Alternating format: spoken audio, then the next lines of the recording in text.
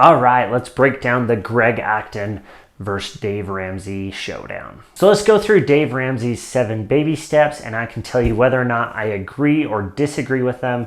Spoiler alert, I agree with a lot of them, but I don't agree with all of them. And then let's break down a few other items that Dave talks about pretty often that I don't agree with. All right, Dave's baby step number 1 is save $1,000 for an emergency fund. This is the first step that he tells you to take on your path to financial freedom. I agree with this one because you need to have some money just in case something happens, like your tire blows out or you need to fix your car or something, your kid gets hurt and you need to help them, right?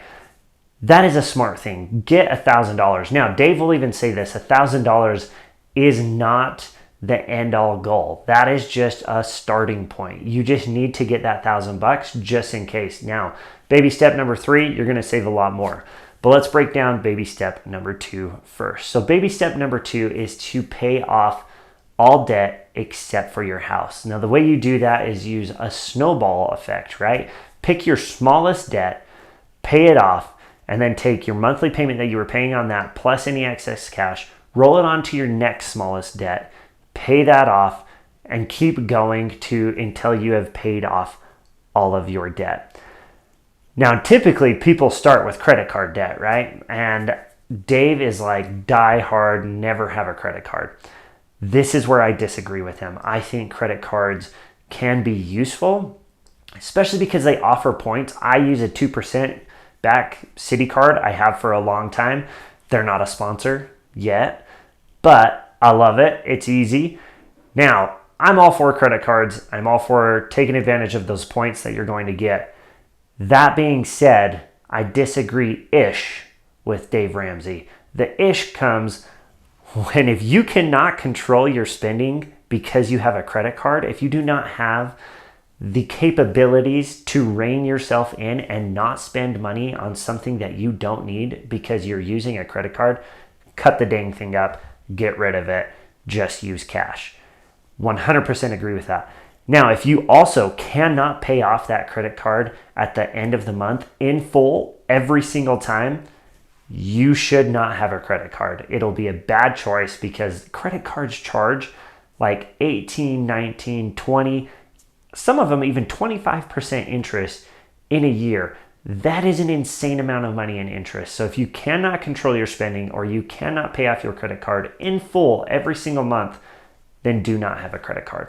All right, baby step number 3 is save 3 to 6 months in living expenses and have that money set aside.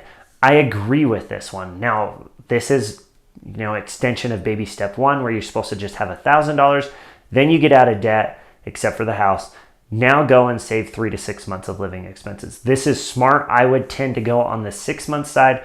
That way, if you lose your job or if you get injured and you can't go to work or anything like that happens, you are set. You can take care of your family for 6 months while you go find a better situation for yourself. Now, I agree with this being baby step number 3 instead of baby step number 2 because it is really hard to save up 3 to 6 months of living expenses if you are trying to pay off a credit card, pay off a car, and take care of all these other loans that you may have, right? Get rid of those things, especially credit cards, because you're just getting screwed on interest rates.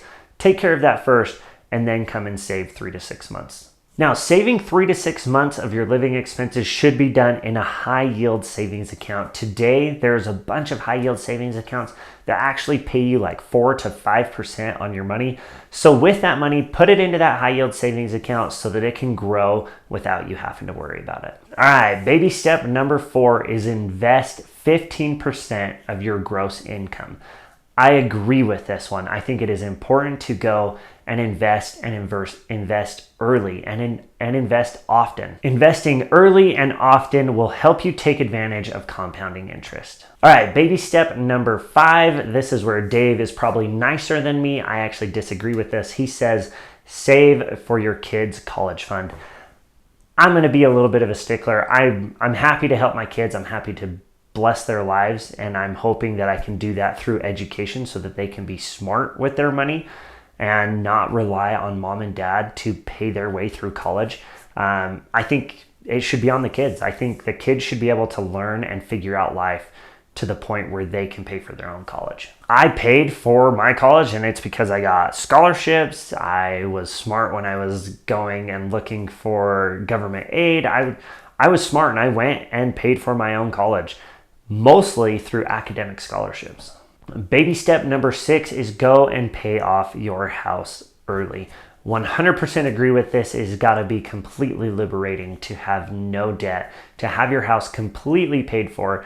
That way, you know, if crap hits the fan, you have somewhere to live. And baby step number 7 is to build wealth and give generously. And I 100% agree with Dave Ramsey on this. I think one of the greatest joys in life is being able to help those who are less fortunate or have fallen on hard times. It is good to be generous. The one thing I will say to this is, if you can, give while completing the first 6 baby steps. It'll be a blessing in your life. I 100% believe that the Lord takes care of people who take care of others. And so if you have the means to do it, go and do it. That being said, it is hard to take care of other people if you are not first taking care of yourself. So definitely get through baby step number 2, paying off that debt, especially credit card debt, before you go out and just give generously to a whole bunch of different people, right? I do think it's good, but you got to be smart with it. All right, one of the other items that Dave talks about that him and I definitely disagree on, but my mindset is shifting, is buying rental property. So he says, like, don't go and buy a rental property unless you can do it with cash. Now, Dave said this because he used to finance rental properties and he got smoked. He actually filed bankruptcy. Now, obviously, he's a smart dude. He's completely come back from that and is worth an insane amount of money. And he has a ton of real estate that he's paid for with cash. Now, my thought process used to be, if I can charge rent that covers my mortgage and allows me to save a good chunk of that rent to go to any future expenses, maintenance, repairs, anything like that, then it's a smart idea. I should just go finance it, cover my mortgage, have that rental pay me money and save up the money for the rainy day. So that's what I've done. I've done that with 3 different houses, and I've actually partnered and financed a hotel as well and renovated that, and they are all making money. They are all covering their debt payments. That being said, I've shifted my mindset a little bit, and now my big financial goals is to actually go and pay off the houses first.